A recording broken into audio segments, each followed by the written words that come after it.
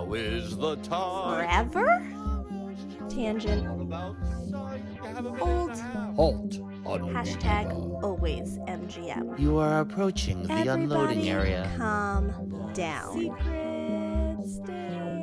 AK haters. But what if it could? Behold the majesty of the Sistine Ceiling. For the kids. A salute to all theme parks, but mostly Walt Disney World. Ha!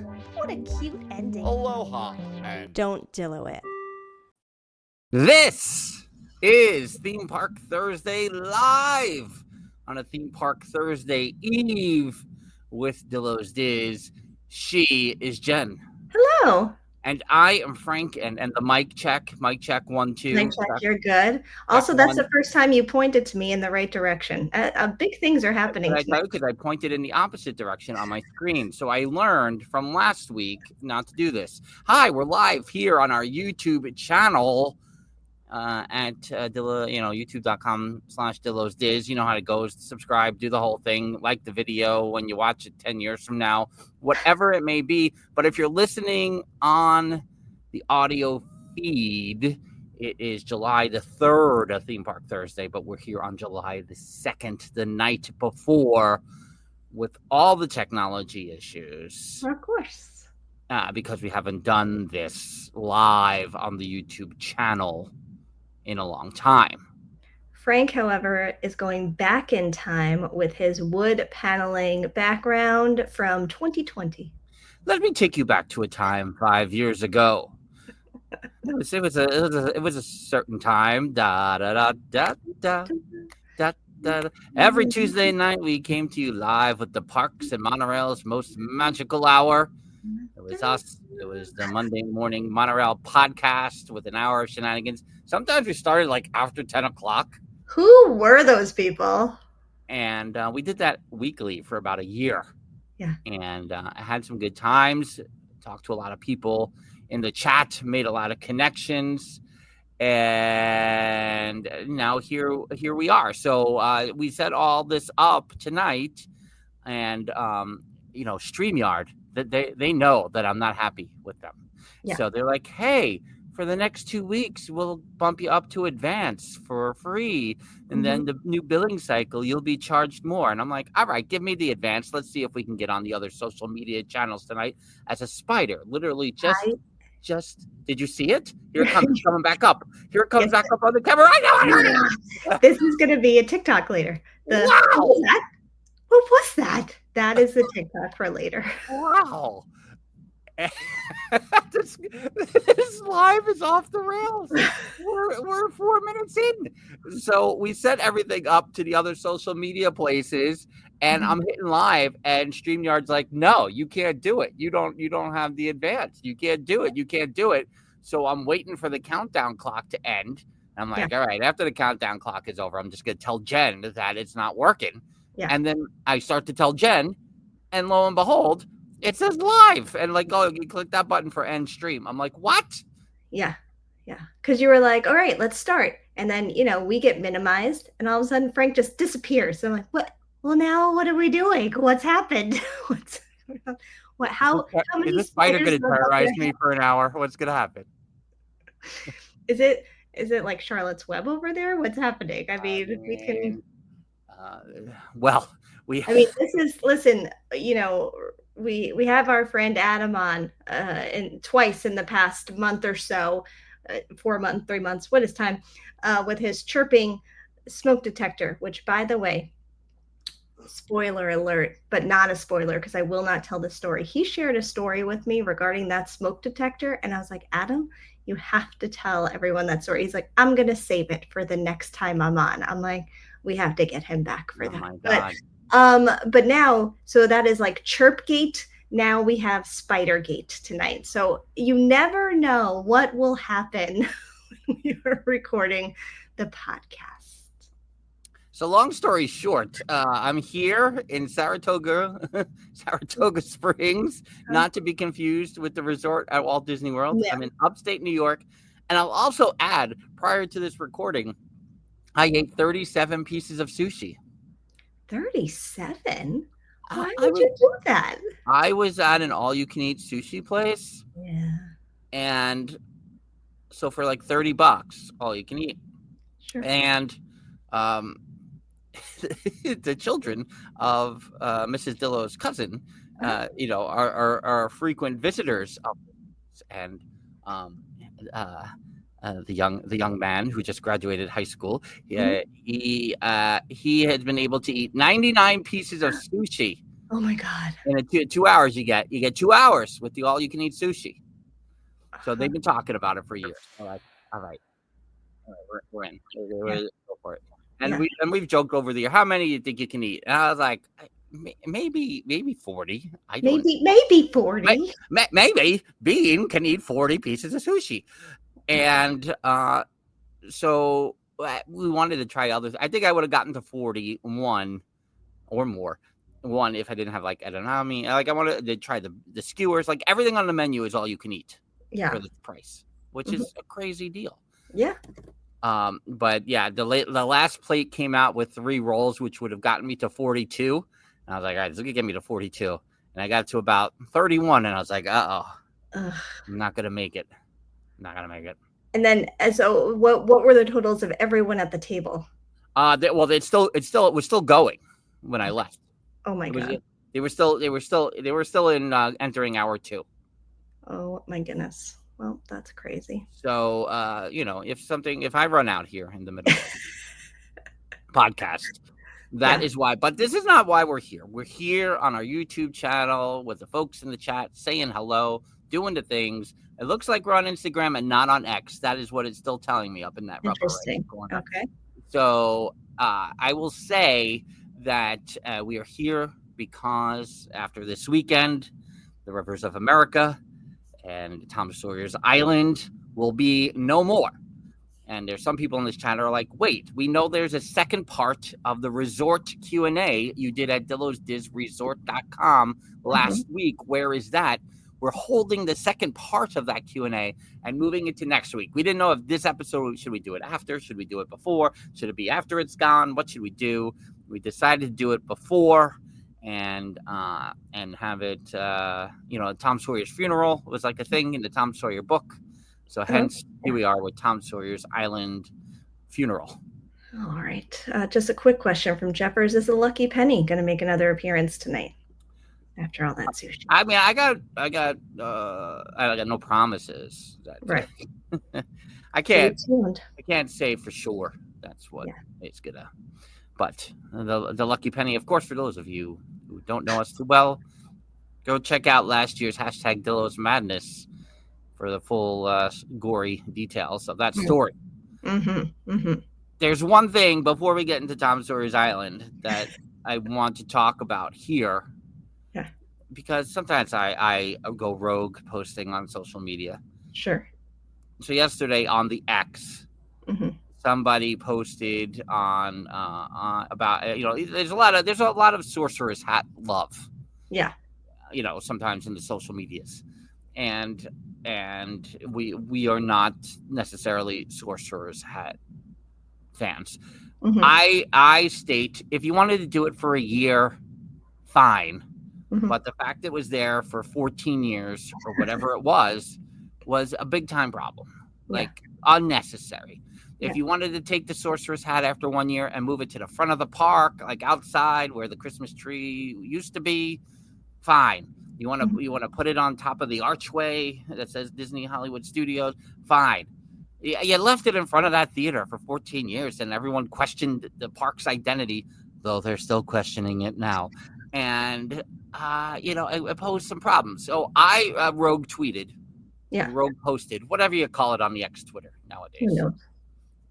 I said, take that hat, turn it sideways, take that hat, put it on top of the launch bay, and rebuild the Great Movie Ride. And then it, like a little asterisk there, and underneath it said, you can reimagine whatever the Great Movie Ride is with the space confinements being what they are over there. I don't know if you can get the whole, attraction size over there, footprint, whatever you want to call it. Jen, would you be in favor of, it'll never happen in a million years, right? In favor of a great movie ride, however you want to define ride or attraction, being where the launch bay currently stands. Because you go through the archway there. So, it's almost like you're going into this. It's like this movie studio archway right there. Mm-hmm. So Animation Courtyard with Little Mermaid and Disney Junior, whatever. Mm-hmm. It's still like you go onto the archway like you would at any other old-timey movie studio. Mm-hmm. You do it at Universal. You go under an archway. Sure. Would you accept a new version,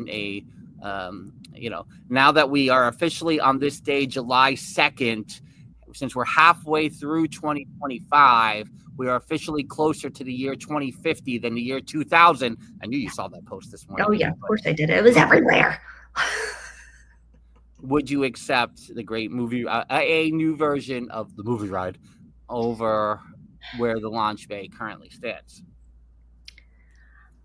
I mean, as you started this with this talking about the hat basically blocking the great movie ride, I start to go, is that what brought down the great movie ride? People didn't even know it was there. They couldn't even see it.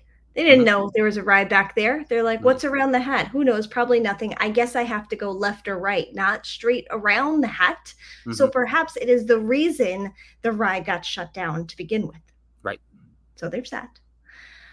So I don't know if it even deserves a place anywhere. Sorcerer's Hat. Mm-hmm. However, the ride itself, I don't know. My thing, it would be tough to see a reimagined version. I don't know what that looks like because, I love the old one so much. Not that there couldn't be updates. However, could I see you can go into a theater in the launch bay and watch the finale movie? Papa Dillo would sit there all day long. All day long.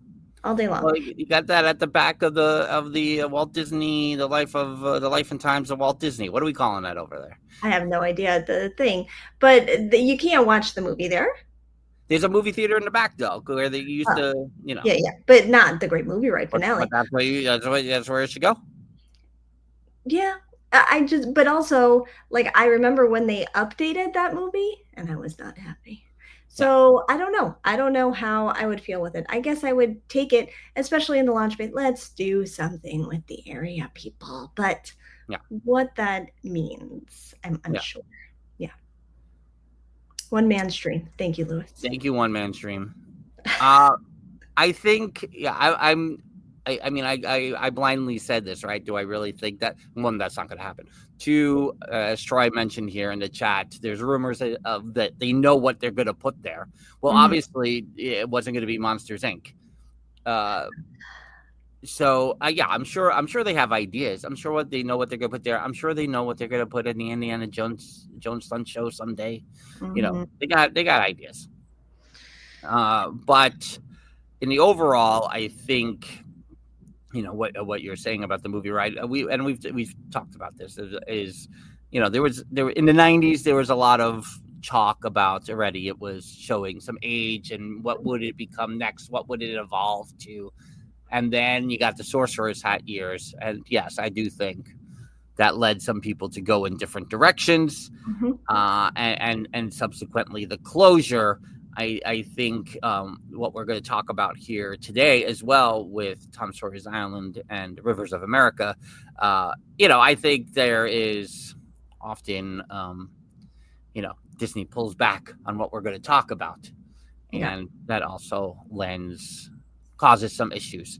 I mean, I think we'll talk about marketing in general since you saw Elio over the weekend. Elio. It's not Elio? I like the pizza.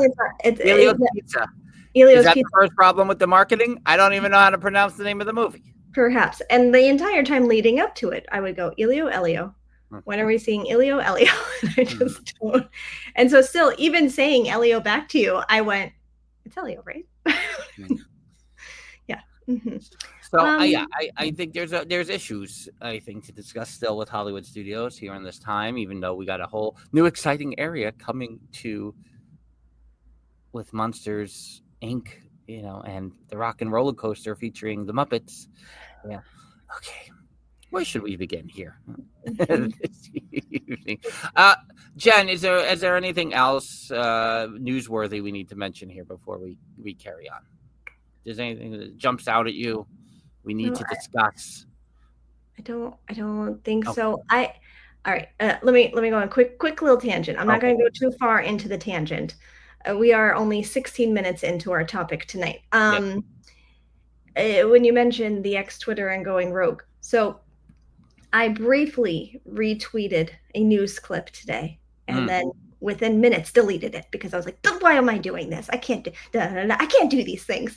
But there seems to be, not only from this news clip, but I must have gotten on a side of TikTok where the arguments for the Disney adults shouldn't be a thing. I can't. It makes me so mad. All I want to do is rant about it all across social media. And then I go, what are you doing? So when I saw that tweet of this news clip today, I immediately in my head had Red Ross, right? And I then just literally tweeted a gif of Red Ross, and been like, I can't. And then I'm like, if this invites more comments, it's just going to annoy me. And I don't need negativity in my day. Delete. But like, I cannot with the people, with the, you're a Disney adult, you tell me, and then I went back and I was like, didn't I do a TikTok about this years ago? And I literally scrolled through our TikTok and I was like, oh no, it was about the people going, don't take your babies and your toddlers to Disney. And it was all about that. Everyone calm down. It brings you joy and you're not hurting anyone. Do what you do, love what you love, and everyone else, stop it. I'm sorry that you have some things to deal with in your life and you're a little bit unhappy and you can't understand why other people find joy in things, but enough now. I think I know the news clip you're speaking of. So there is that. I cannot speak about the thing I was going to tangent on here live on YouTube, but perhaps next time we're over at DillosDizResort.com and I feel like I'm in a safe place, I will mention how AI fooled me today. But the third thing that I think we will not mention is, we will mention in the most positive way. Kudos to that rescue crew connected to DCL this week. Yes. As parents, I don't think we will go off into places that we don't need to talk about here. But what an amazing story. And an amazing, like an unbelievable, miraculous thing that happened in the Ocean Blue, basically. Like, thanks to the Disney cast members for their oh my god, amazing rescue. Yeah, unbelievable. As Lewis is mentioning here, I think we can be certain that we don't want the Dillos to perform our funerals. They would be an hour in and go, oh yeah, and Lewis died. This is another thing for the resort that we'll save. We didn't really discuss something about 6 months ago. We probably should. Oh yeah, I mean, and maybe it'll come up here today. But we'll have a lot to discuss next time we're over. Who knew we had all these things to discuss over there? This year has gone very fast so far. So DillosDizResort.com, in case you didn't know, is our Patreon with memberships beginning as low as $1 per month. DillosDizResort.com. That $1 a month gets you into our world-renowned, world-famous one-channel Discord. But I will say, you can join for free, just so you know when the podcast drops and things like that every week. Sometimes I post some random pictures along the way. So we'll keep the ticker up. I will also say that with our topic this evening, I keep digging around, and I don't know if this would count as a malaprop because it's basically the same thing. But we always say Tom Sawyer's Island. Right. But technically it's Tom Sawyer Island? Why is that? Who decided that? It doesn't flow. I don't know. What is that? It's one of those things that as a Long Islander, I've accepted as like, whether you want to call it like Mandela effect or Long Island effect, whatever. Yeah. It's one of those two things. Either way, after this coming weekend, the July 4th weekend, the 249th anniversary of the signing of the Declaration of Independence, the rivers of America, and Tom Sawyer's Island. Tom Sawyer's Island. You want to go over to Tom Sawyer's Island? Is no more. Yeah. And we've done 3 farewells here to things in Walt Disney World during 2025, and it's only July. It's July, by the way. Happy July. And we don't like them. We don't like doing these. No. Why is this a thing? This should not be the topics that we need to cover on this podcast. Oh, here's another thing closing that's been around forever. I don't want to do that. Well, especially us. We are built on the nostalgia. We don't want to do these things. Yeah, we're built on nostalgia. And those of you who know us really well are like, is this really going to be the same kind of episode as when Jelly Rolls closed and when Muppet Vision closed? And the answer is probably not. But there is still some things we have to talk about and some experience that we've had with the area and how we really feel about things moving forward. And are we mad that, like in my case in point, I haven't been on the island since January of 2011? Probably that too. 2011? 2011, yeah. So, Jen, where shall we begin? Oh my goodness. Should we share the screen with the video a little bit, since that's really going back in time? And you wanna pull up what we have? Because Jen and I were like, how much? Like, we didn't really bring our video camera often. And one is like not a lot of Magic Kingdom time in the 90s when we were recording the most with our video cameras. Yeah. And but if what I think is coming up first here with our video, it's we have this as well. Yeah. Are you going to start with the 8mm? Yes, we'll start in the year 1981. Let's take it back, all the way back to 44 years ago, and my first trip to Walt Disney World. Here's the rivers of America as it looked back then in glorious 8mm film. There's the Haunted Mansion right there. Mm-hmm. And, I think it's important to note, there's Harper's Mill as we move very quickly towards the riverboat. The shooting arcade, not there anymore either. So next to the trading post, I think it's important to note that Tom Sawyer's Island, much like If You Had Wings, are probably 2 of my more positive memories. It was all positive, but Space Mountain was rough in 1981. But Tom Sawyer's Island was one of my favorite things. On that first trip. As we moved to 1991, I did want to ask, because a lot of that 8mm footage is from across the water. So you did go to the island on that trip. Yeah, and I got some pictures I dropped in here as well that we can share after we show the 1991. But look at this raft full of people. It's just 90s tourism right there on that raft. Yeah, that's a good amount of people on those. Right, that's a lot of people on a raft. It's sturdy. Are we comfortable with that? What was that? I was going to say, it was still Fort Sam Clemens there in the back at the time, which I'm sure I figured it out back then, but remembered today. I was like, oh yeah, Sam Clemens, Samuel Clemens, Mark Twain, Tom Sawyer. Oh yeah. Look, it all makes sense. Look at that. Fun fact, there was a sighting of a young Mr. Dillo a minute ago. A video. To me, it's kind of like stuff like this, like the views from the island and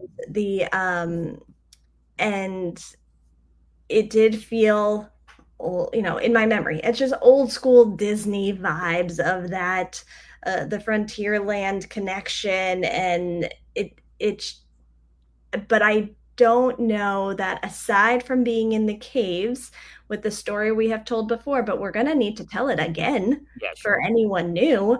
The big story we tell about being in those caves. I don't know how many like true memories I have from being on the island, but it probably, it's a part of us. It lives within us. Probably why we liked Lost so much. I don't know. No, I'm just rambling. Yeah, I mean, just to go through, right, my 1981 picks right here. Mhm. This is me on the rope bridge in 1981. Hello, like it's very similar. We look the same. It's pretty Same, much like, totally the same. same look. Yeah. Here's the entranceway to Fort Sam Clemens. That's Mama Dillo on the right, and me on the left. Mm-hmm. And then here I am in my, love and life. Look at that helmet head of mine. And then finally we have there's Mama Dillo there entering the little escape tunnel in the fort in the back. Remind me the month of this trip. This is early February 1981, so right around Mama Dillo's, that would be 29th birthday. Oh my god. Yeah, because Jeffers was like pre-gen content, and I'm like, was I in the womb during this trip? I didn't remember. So no gen content in those pictures. So sad. Yeah, and for anyone listening to the recording of this podcast, you can go back to the YouTube to watch this live or see the separate video we just shared with our screen for the Farewell Tom Sawyer Island video if you want to look at the old pictures and old videos that we're sharing that you can't see because you're listening. Yeah, so a couple of things about, like I was saying, with Tom Sawyer's Island and If You Had Wings, those were like my two big, like, whoa, these things are cool.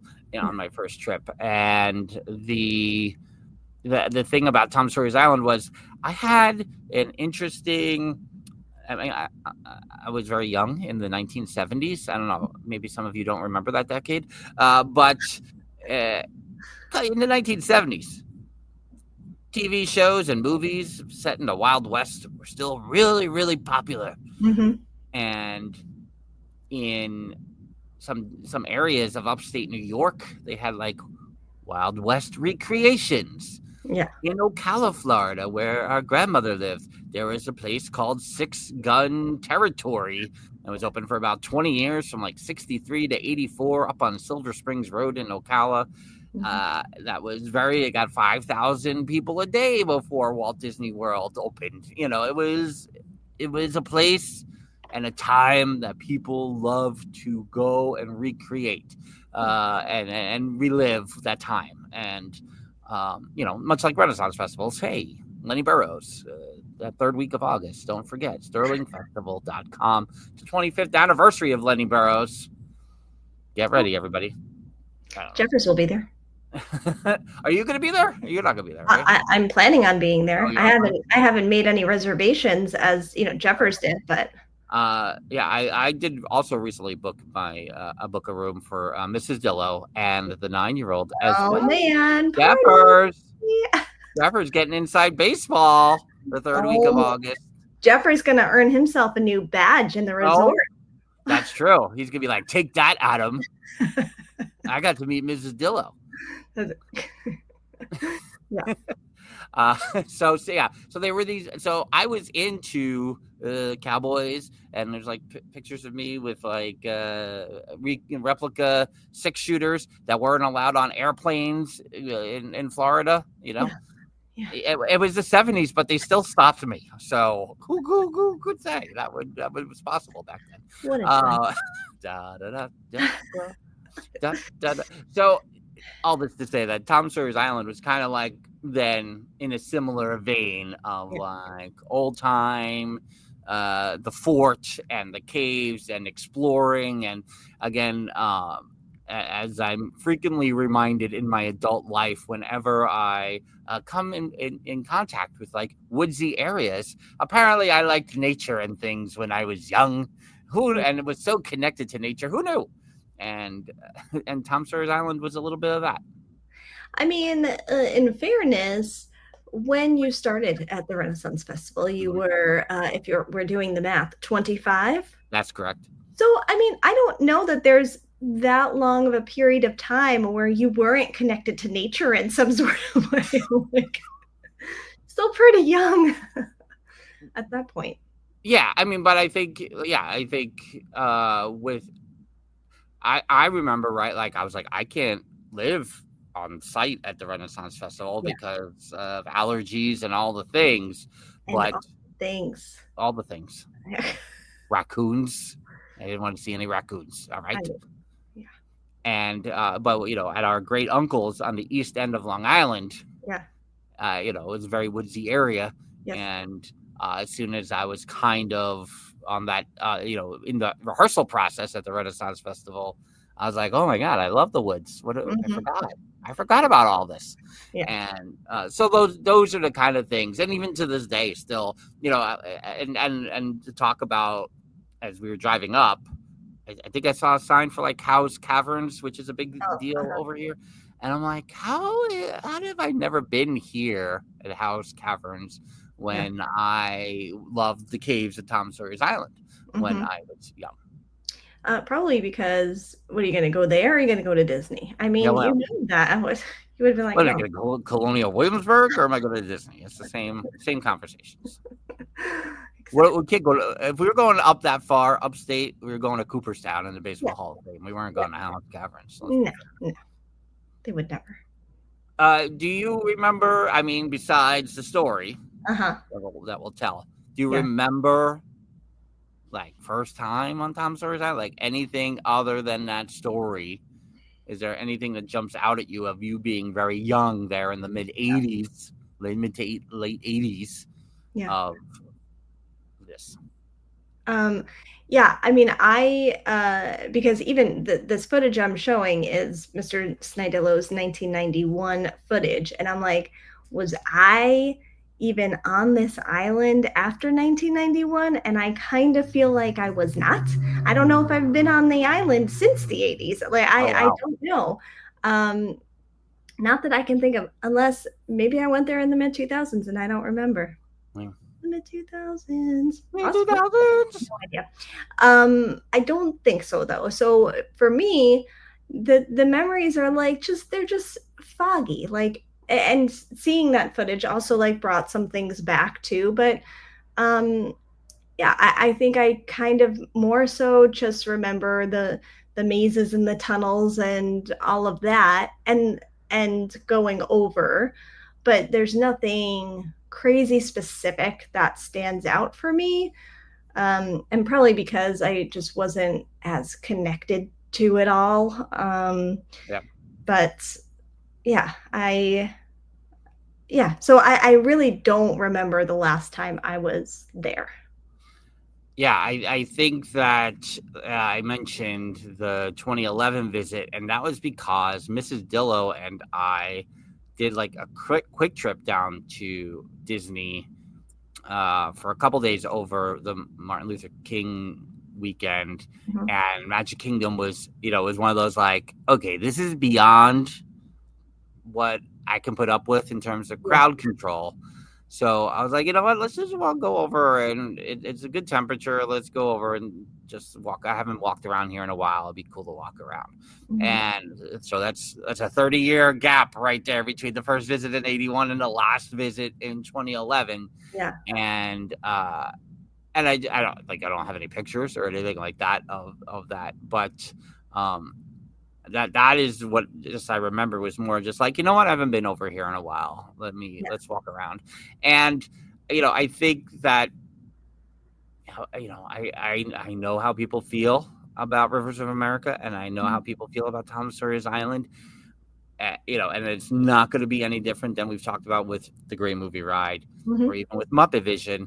A lot of people post some 90s resort Walt Disney World resort television footage, and when they go do do do do, and it's like Disney MGM Studios, and they're right out of the gate of promoting Muppet Vision 3D. Like it is the biggest thing going. Yeah. and you think about how that slowly pulled back over the years. I mean, Tom Sawyer's Island never really had that, like, come explore this. And probably maybe the most controversial thing I'll say here today is I didn't know, and this is my process since they announced the closure. I was like, oh man, that's a bummer because of the views. But I get it because it's good real estate, right? Yeah. And then when they announced, with the Muppet Vision closing, then I started. They was like, I'll let me lump these two things I can be angry about together. Yeah.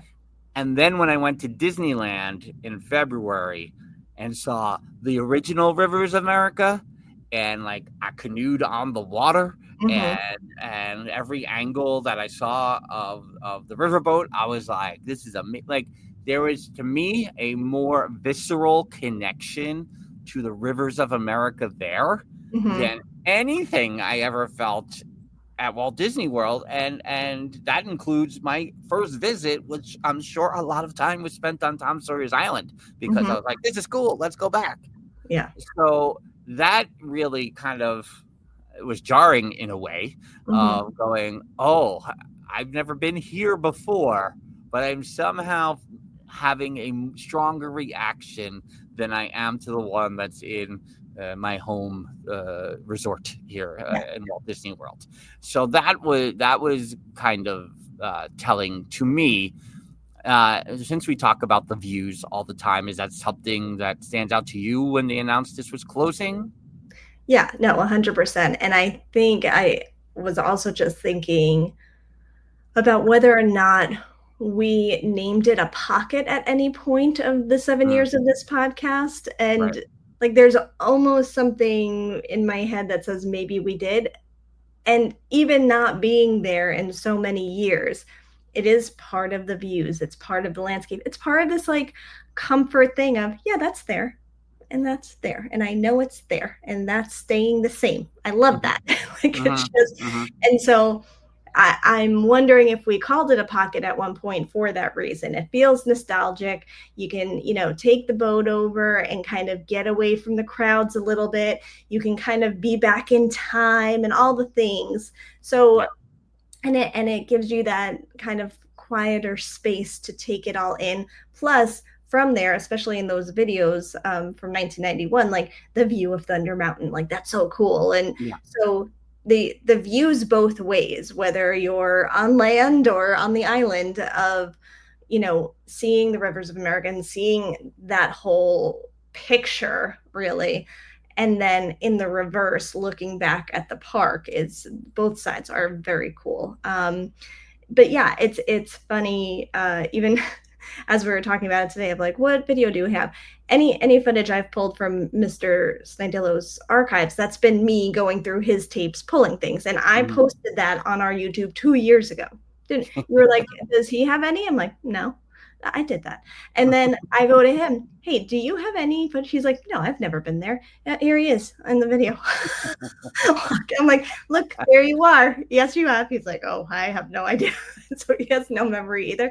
So yeah, but it's still like this, oh, but that's over there, and I like that it's there. And I, even not having this strong tie to it, it's like, but I like it's over there. It's comforting.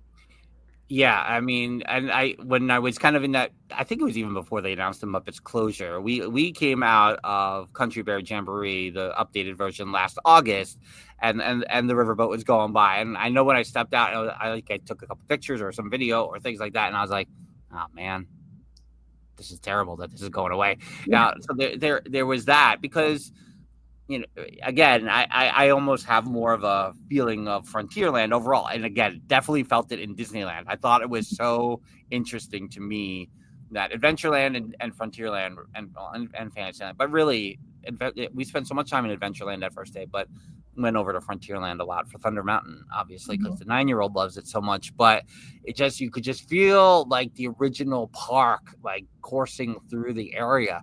And, So that really, it's such a stark difference. But I'll say that to add two things. One is, anytime we went over towards Thunder Mountain from the 90s on, we would cut down we wouldn't go straight towards like that closer to Pecos Spill. We would cut down that pathway along the river and take that little wooden, pathway over to that side. So that was always along the edge of the river. And then when we went to Not So Scary the first time for the meetup in 2023, that, with the fog on the water, and I was like, oh, that's a cool effect. Then immediately like, oh, that's going away now. What? Come on. Yeah. Man, Disney. Hello, Mimi. Mimi is secretly under Dr. Troy's handle there. Hi, Mimi. Welcome in. Thanks for being here. So again, I think it's just one of those old Disney staples that adds to the vibes. It adds to the nostalgia. It adds to the views. It adds to everything. While also, I get it. I get that you're, I get why you're doing what you're doing. And, we often say we don't like change for the sake of change. I don't know, because I understand it, and because it is a big area, and because I feel like, especially post 2020, they're probably not getting, there's nothing happening. And so I don't know. I understand it. I understand it, but I don't have to like it. I don't like it. I just don't understand it. You do understand it. But so Piston Peak here. This is the detail of what's going into the area. Obviously the construction of villains, all that's going to be villainy in the Magic Kingdom is also going to be happening. A little bit beyond that, as it were. How do we feel about Piston Peak? I don't know. Because I was thinking about it more today, obviously, knowing we were talking about all this and the ongoing conversations that all of us have constantly about IPs and the representation of things in the parks. And I think this is part of my thing with it too, of I understand it, but I get it, is for us, and I've said this many times, the theming and what was already there for everything. The hotels had their own theme. The lands had their own theme. You didn't need the Disney aspect and the IPs in order to create these magical places. They were just magical on their own.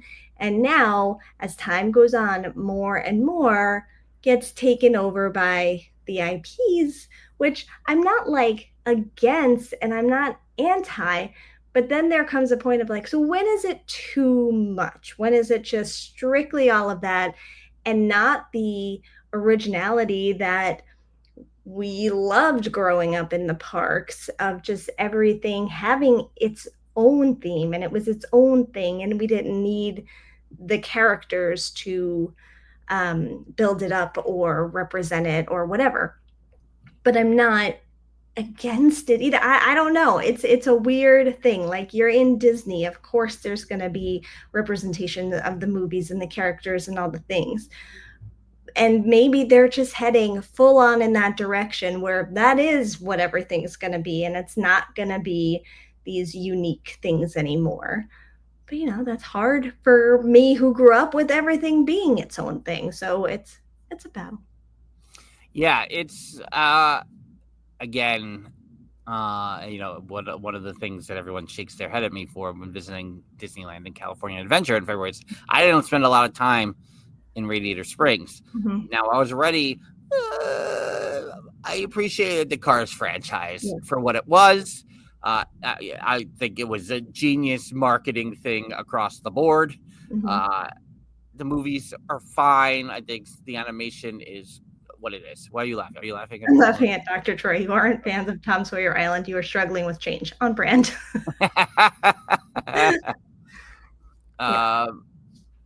Yeah, I think it's with this. It is again. I think I want to see what the final product is. You know, I think if it really is something dazzling in terms of views and how it looks and how it blends from one area to the next, I think a lot of people are concerned about how Haunted Mansion is impacted in terms of approaching there. And I think that's a valid concern of how people's experience of Haunted Mansion is walking up that queue and knowing you don't kind of have the Erie River in the background, especially if you go at night. I think that's, you know, a part of the allure. Yeah.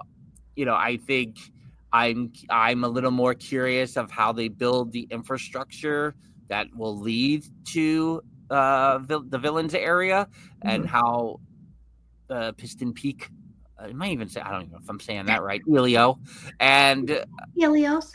How good is Elio's pizza? Man, Elio's Pizza, how good. it's the best. And you know what's I said this too. What's really cool about Galaxy's Edge and Disneyland is just how you can weave in and out pretty seamlessly from Bayou Country and Frontierland, and how it all blends really well. So I'm a little curious to see if they do something similar to that with the areas that they're creating. I want to be dazzled. Dazzle me, Disney.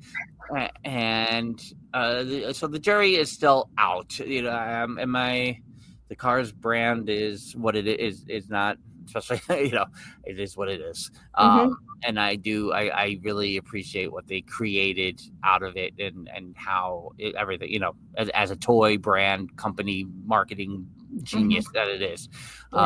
So, you know, I get it. It was real estate that could be better utilized. That not that it was not great, not that the views aren't great, all those things. I get it. I'm upset it's going away. But I also know it could be a key element to managing crowds in the Magic Kingdom, which I think anyone would not argue it can be the worst of all 4 parks. If you're gonna dump 1,000 people into that area, I mean, why wouldn't you try to spread things out more? And to be clear, as we also always say, none of this is stopping us from going to Disney or the Magic Kingdom, and we're going to go and we're going to enjoy it and we're going to find the positives in it and we're going to have fun. We had to say bye to something else in Disney, so we're just saying our feelings here. Lewis said you may still have the river. They really haven't showed a picture in that direction, and that water has to go somewhere. So that's fair. And the new views could actually be an improvement in some respects. I cannot speak. How did we do this after 10 p.m.? And I agree. And you know, it'll just be interesting to see it all when that whole area is done. It's going to be crazy to really just see it all come together. Much like it was crazy to see Toy Story Land. Like, what? They're putting a land back here? That's weird. But no, it's, you know, and anything. So it's just the saying goodbye to something, having something new come in, having some of the vibes go away, having another IP. It's you know, juggling all the things. Don't get Jen started. What did you say? The car ride that will compete with Tomorrowland Speedway. I fear that ultimately this will be the only car ride, and Tomorrowland Speedway will be replaced. More changes coming. But what about the fumes? I mean, yeah, if you keep the fumes and get rid of the attraction, Jen might be fine. If I can still stand near the teacups and smell some fumes, I might accept it a little bit more. Yeah, she's only looking for the fumes. I'm only looking for the fumes. I don't even have to go on the ride most times. I'm not going on the ride most times, but if I can stand in that one little spot as you're approaching the unloading area, please slow down and do not strike the car ahead and smell fumes. That's all I need. Yeah, I think you're going to have to consider after Villains Land is complete that Tomorrowland is finally going to get whatever overhaul it needs, and it needs something substantial. I think they thought Tron would be a nice temporary fix, and it was quickly Well, I mean, Jen's never going on it again. So. No.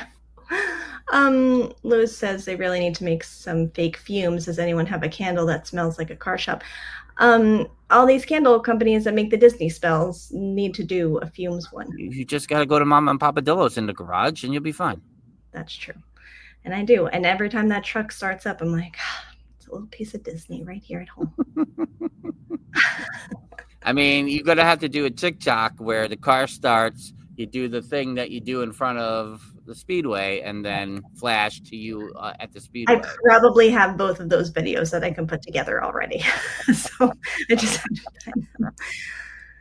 All right. Before there's some loose ends I have to tie up here before we conclude this episode. But the story that we were going to share is regarding these caves at on Tom Sawyer's Island. Tom Sawyer's Island. Caribbean. What's the other one we say? Elio. Applicable. Oh yeah. Applicable. Elio. Mermaid, Minute Maid. It's all fun. So in the late 80s, basically on our Walt Disney World trips, Nanny Dillo, Papa Dillo's mother, would accompany us on those trips, and I to this day, the fact that she even came over to Tom Sawyer's Island is a little bit mind blowing. So, and to get her in the caves, I mean. So I think one was a cave, right? And one, it was like a mine of some kind. So when I was reading up on which one was which, radiator. Thanks. And T-shirt for all these words. And it's like an eye chart, but it has these words. The words that Dillo say differently. So the one about the mine, the way I read something about it today was like it was meant to disorient you, which made me laugh. Like one is like a cave, and then the other one was built to make it like an old time roadside attraction where it was meant to like throw you off about where you were. Yeah, and I was like, oh, that makes a lot of sense. And that's the one where like in the middle, like it's like really like with crystals and things like that. So I like to go through them really quickly. Yeah. And Nanny Dillo, she was the nervous type. Yeah. So as I'm going quickly, bobbing and weaving through the pathways, and Frankie, it's like, and they're not that far behind me. Frankie, don't go, Frankie. And so I make a quick turn somewhere along the pathway, and all that I remember hearing is, I think Frankie went this way. Boom. Yeah. And Nanny Dillo hits the cave wall. Yeah. Now, what we realized when we were telling the story during like the Dillo's Madness, greatest stories of our lives at the theme park back in 2024, we're like, maybe we're not being so nice. Right. But this story became legend because often you didn't catch Nanny in like an embarrassing situation, let's say. Right. So we had leverage with this story for years. She was also fine, everyone. She was totally fine. She was totally fine. Hurt. Everything was fine. Yeah, there was no bus called. No. There was no chopper. Get the chopper off the island. There was nothing like that. Right. Everything was fine. It was a fun moment where Nanny Dillo face planted into the wall of the game. So, but it became a legendary thing for years where we could just easily break the ice. And by ice, I mean tension, by saying, I think Frankie went this way, and do that. And, it was just one of those things that's priceless Disney memories. That's right. That's one. Listen, keep the caves, Tom, wherever, make sure the caves stay in Piston Peak. Yeah. Yeah. If you keep that area, that'd be great. Yeah. Well, yeah. And I feel like if you're going to do that and do a if it's something for the kids, you know, you do a little maze, you do a little cave, you got to keep that. And especially when we talked to Bob and Rick Allen, and they talked about their time in the caves in Disneyland and how fun that was. This would be a great way to refresh that. So there's possibilities. Yeah, I think if you can pay homage to it along the way, that'd be great. And I think to say, however it turns out with the waterways, I mean, I think operationally it was very challenging to continue. You know, you always had to bring. It wasn't connected to the utilidors. Yeah, It was not part of that. So you couldn't. You know, why is Aunt Polly's not open? Well, they don't want to bring over the food every day back and forth. And then nobody goes to Tom Sawyer's Island for a day, and then they're bringing all the food. Like, it's just like, you know, very, very challenging. It's not like where during 2021 where what was closed? Where not Liberty Tree Tavern. Was it Liberty Tree Tavern? What was over at the Tomorrowland Terrace that was like really popular? Oh, it was what's the quick service right there? Why am I blanking? What's the help me somebody? It is the big quick service on the Liberty Square edge right there before you hit Fantasyland. It is Columbia Harbor House. Yes. So Columbia Harbor House was still closed, but Tomorrowland Terrace was open because it was an open area. Yeah. So, but they would have the lobster rolls you could get at Columbia Harbor House over at it made no sense. Yeah. All these people who were worried that a cast member in a vest from Adventureland walked into Frontierland, you got the lobster rolls from Columbia. John Mulaney again. You got the lobster rolls from Columbia Harbor House. Bringing them, and you're carting them under the utilidors and putting them into the Tomorrowland Terrace. It made no, but it was similar. So like, you know, that you could do under a utilidor. Yeah, you couldn't do that at Tom Sawyer's Island. It operationally not sustainable in the 21st century. Yeah, for sure. Yeah. Thank you, Jeffers, for the Columbia Harbor House. Thank you, Jeffers. I knew I'd get there. That's the fun of a live. None of that will get edited for the audio feed. No, just nope. Okay, so a couple of things I'd like to address here. Okay. Because we didn't bring it up. Last week we did part 1 of the Q&A that we recorded at DillosDizResort.com. And then next week, the 10th, we'll have part 2 of that Q&A. Yeah. So that's the first thing I want to address. Yes. This episode here will be what number will it be, Jen? It will be number 391 of the podcast. Yeah. Making the Q&A part 2 392, which means we're on a march to the 400th episode. 400th. What did I say? The 400th. The 400. Well, same. It's the same. It's the 400, everybody. So. Yes. It's all that. The 400 episode. 37 pieces of sushi are starting to take over. It starts. All of a sudden, you'll just start sweating a little bit.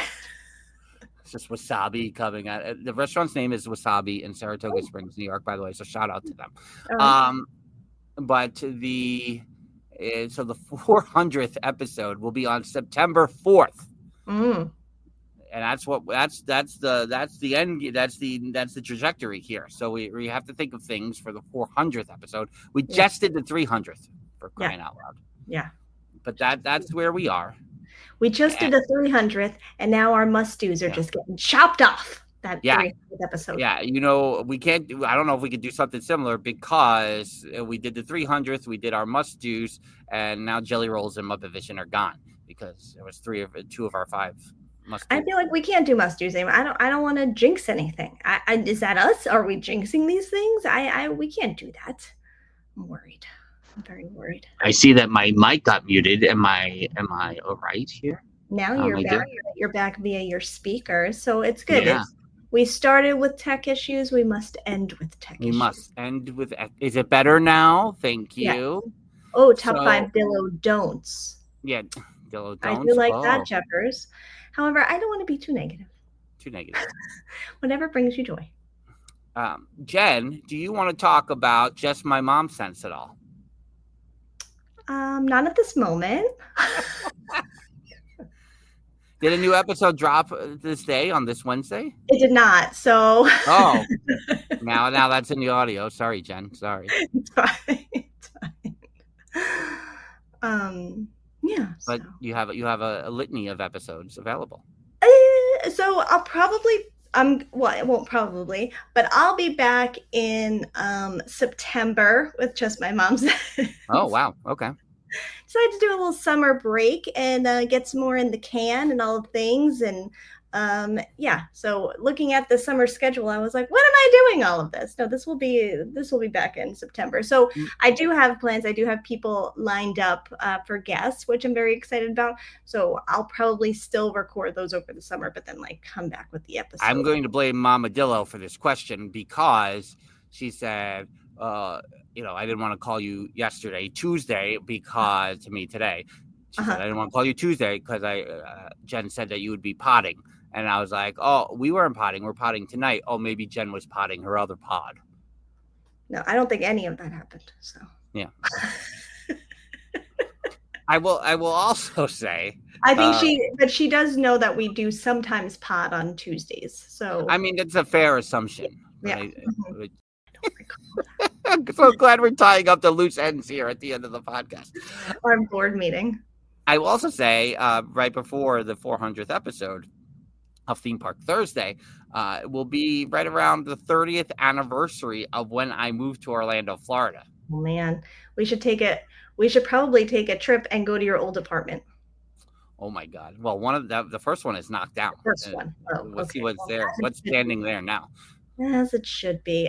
Jeffers, we call it potting. Mama Dillo does. She calls it potting. Yeah, we don't call it potting. Yeah. Mm-hmm. And so that is what is happening coming up here in the next 8 weeks or so. Would you like to talk about Field of Understudies? Hey, what? Come on. So to that, I think, and my 30th anniversary of moving to Orlando, Florida, I have been working on the project called Field of Understudies. You can go to fieldofunderstudies.com to try to get a little background.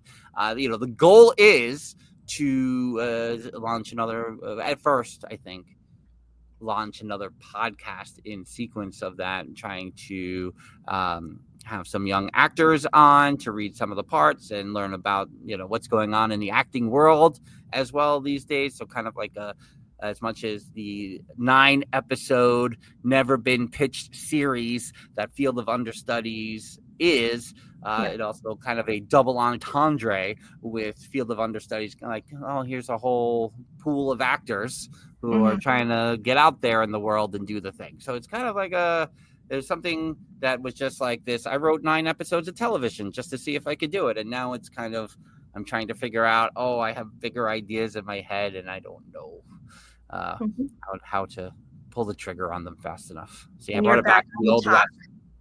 What's that? Back on the talking about that. And you're also back on the talk with access to Dillos. So that's two double. Yeah. Yes. And so, I'm back.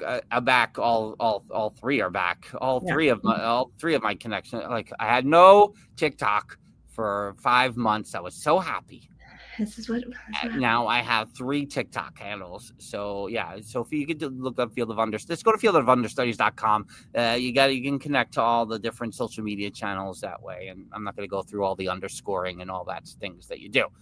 Yeah. I will also add. Do I want to add? No. 400th episode, Field of Understudies. Just my mom sends on hiatus. Yeah. And but go and listen to the other ones. Yes. And I think that would be everything. Anything else? No, I think that's it. The TikTok. Yeah, well, and the Field of Understudies TikTok, I will say, like, I am trying to figure that out. It's like playing with like some AI stuff, and then playing with like I did, like, ranked the 6. Well, because I listened to Alanis Morissette's Jagged Little Pill, and that had its 30th anniversary in June. I was like, this album is amazing. Yeah, it is crazy. Yeah, how good that album is. Oh yeah, it's nuts. Yeah. So rank the 6 singles. So I'm like, do I have to do more 90s based things? Yes. So, because the Never Been Pitched series is set in 1996, which is 1 year after I moved to Florida, which is 30 years ago this August. Did I tie it all together there? You did it all. All right. Well, thanks for hanging with us here on Theme Park Thursday live with Dillo's Diz over on our YouTube channel. We always don't mention it at the beginning when we're live on our YouTube channel, but we are one of those fancy YouTube partners. Yeah. And maybe we'll do more. I think some people realize that during this recording, which I had to adjust some settings that I didn't realize were on, so that people can just watch us continuously. There's another reason why StreamYard is on my list. Is because, like, you should, like, why? Why does it have to connect that? Well, you should know. Yeah. It should just, I shouldn't have to go into both and adjust all the things. I know. It should just do it automatically. That's not how it works. This is why. StreamYard, you're on the clock for 2 weeks. Come it's to going to be Riverside. over because I'm going to start this Field of something- Understudies podcast, and I'm going to be on a different forum recording that so that I know I can pull all the Dillo's Diz stuff away from StreamYard. Yeah. Just so you know, StreamYard, do you hear me? Do you hear me? I'm not afraid anymore. Riverside is on the list of places we'll probably try. Yeah. I mean, Anyway, that's what I'm going to try probably. I gotta put the intro and outro on this episode so we can drop it tomorrow. Okay. That means we're going to wrap it up. Have a great night, everybody. Thanks for being here. Thanks for watching. Bye-bye. Deuces.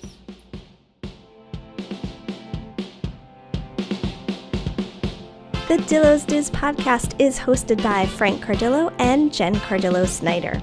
Music produced by Matt Harvey. Logos and video production courtesy of Snidillo Studios. Dillo's Diz Resort is our Patreon with tiers starting as low as $1 per month. You can visit dillosdizresort.com to learn more. Follow us on TikTok, Instagram, X Twitter, and Facebook at Dillo's Diz. Check us out on YouTube by visiting youtube.com/DillosDiz. Don't forget to like and subscribe while you're there. We also have merch available on TeePublic and Etsy. For all this and more, visit our one-stop shop, dillosdiz.com. Dillo's Diz Podcast 2025.